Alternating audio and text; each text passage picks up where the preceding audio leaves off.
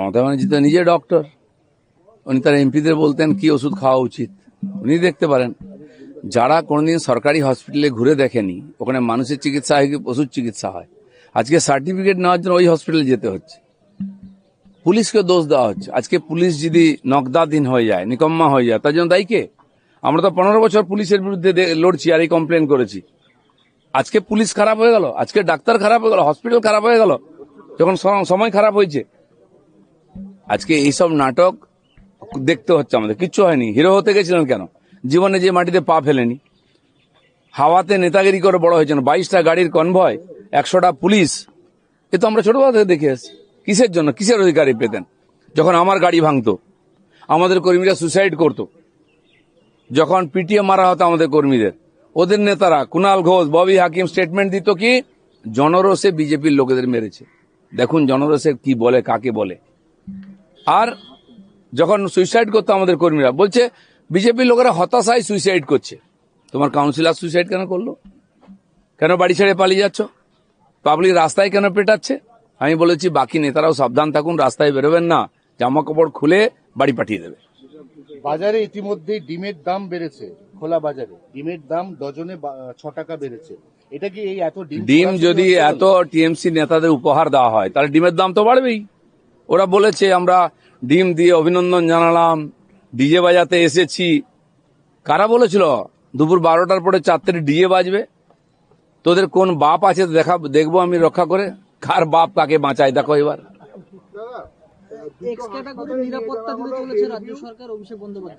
রাজ্য সরকার তো আগেও দিয়েছিল, রাজ্য সরকার তো দিয়েছে।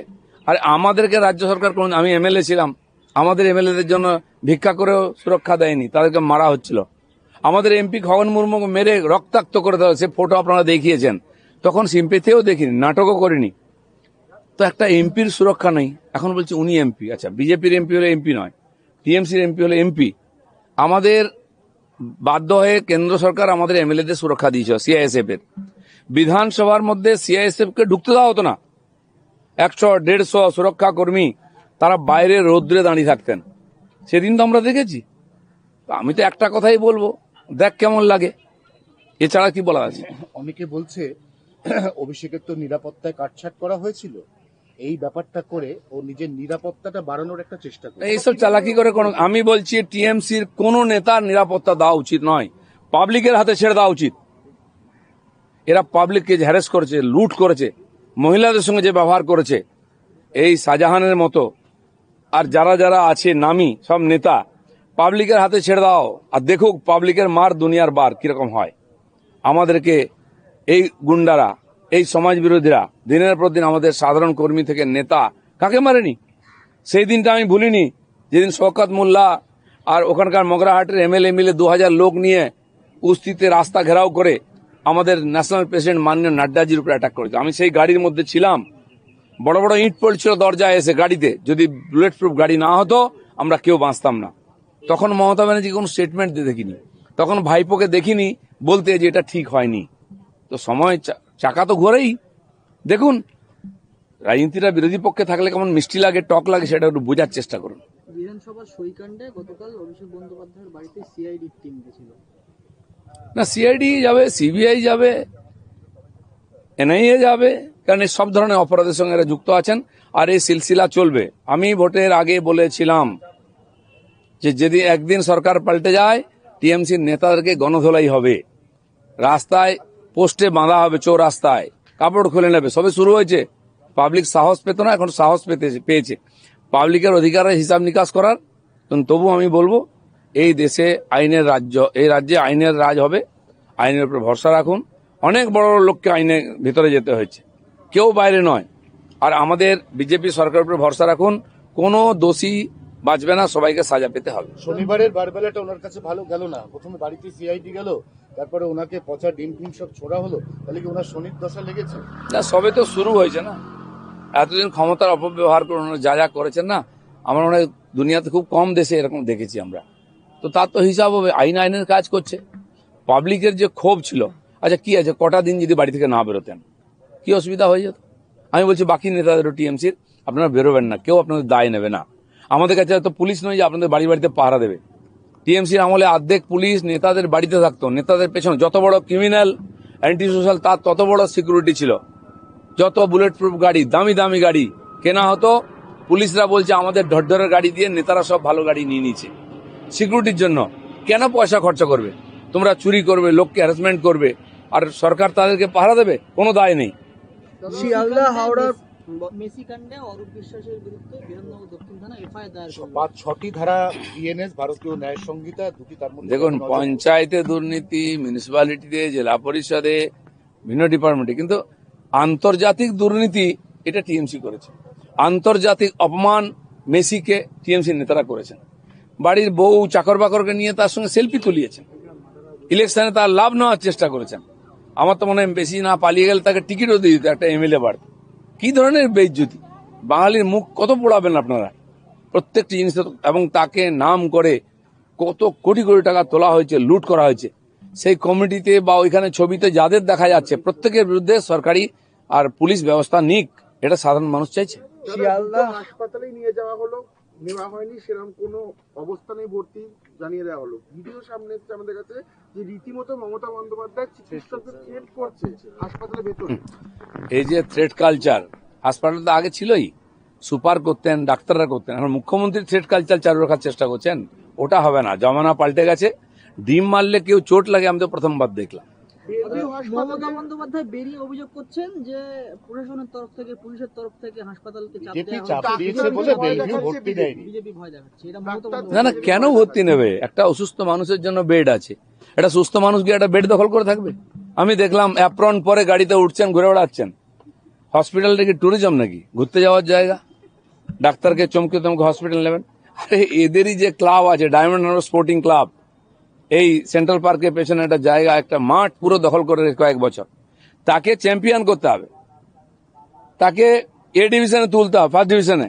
তার জন্য রেফারিকে চমকানো হতো, তার জন্য কর্মকর্তাদের চমকানো হতো। আমাকে বলেছিল লোকেরা তদন্ত করুন, আমি চ্যালেঞ্জ করছি। এই থ্রেট কালচার ভুলে যান। মানুষ ঘুরে দাঁড়িয়েছে, রাস্তায় না বেরোনোই আপনাদের পক্ষে সবচেয়ে ভালো। দাদা অ্যাপ্রনটা কি চুরি হয়ে গেল তাহলে? আর ত্রিপল চুরি হতে পারে, এটা অ্যাপ্রন চুরি হবে না? দাদা, শিয়ালদা হাওড়ার পর গতকাল মধ্যরাতে দমদম স্টেশনের বাইরে এবং প্ল্যাটফর্মের সমস্ত হকার উচ্ছেদ করে দেওয়া হয়েছে বেআইনি দখলদারদের। তবে যারা ব্যবসায়ীরা তারা বলছেন 20 বছর ধরে সংসার চালাতাম, এখন কি করবে? না, প্রথম কথা তো যে যেখানে ইচ্ছা বসে গেছে, এ অধিকার কেউ দেয়নি। সরকার ভাবছে, কিন্তু আগে স্টেশনটা যারা যাত্রী আছেন, প্যাসেঞ্জার, তাদের জন্য প্ল্যাটফর্ম। কোথাও প্ল্যাটফর্ম বসা দাঁড়াবার জায়গা নেই।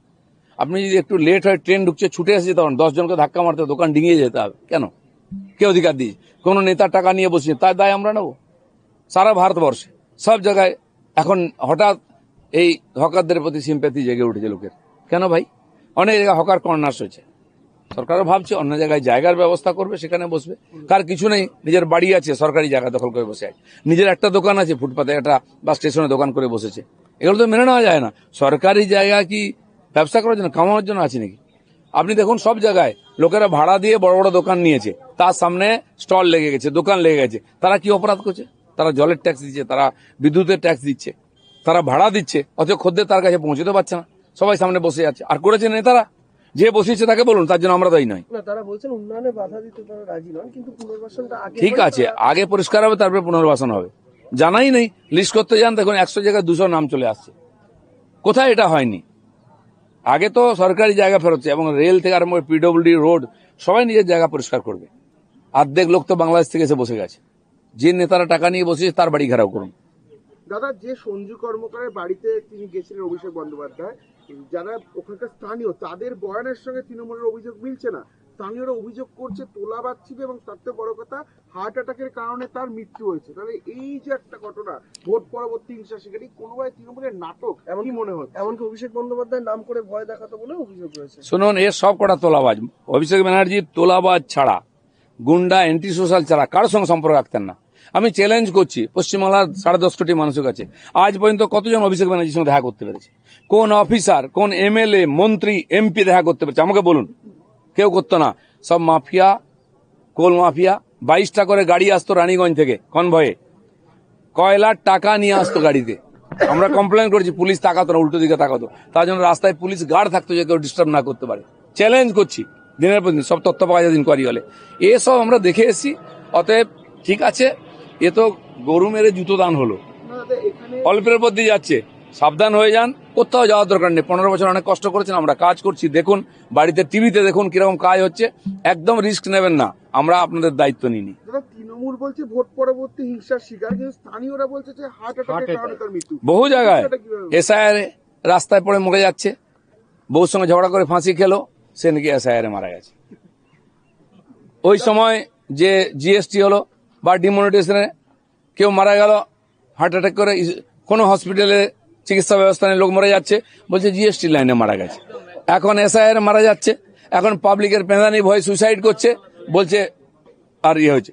যে লোকটা অ্যান্টি সোশ্যাল পাবলিক জানে, যার নামে কেস আছে, তার প্রতি কোনো সমবেদনা নেই। সে গলায় দড়ি দিল, কি বিষ খেলো, কি হার্ট অ্যাটাক করলো, এ তো প্রায়শ্চিত্ত হচ্ছে মাত্র। এইরকম ডজন ডজন লোক আছে, কতজনের বাড়ি যাবেন আর কতবার ডিম খাবেন, এটাও ঠিক করুন।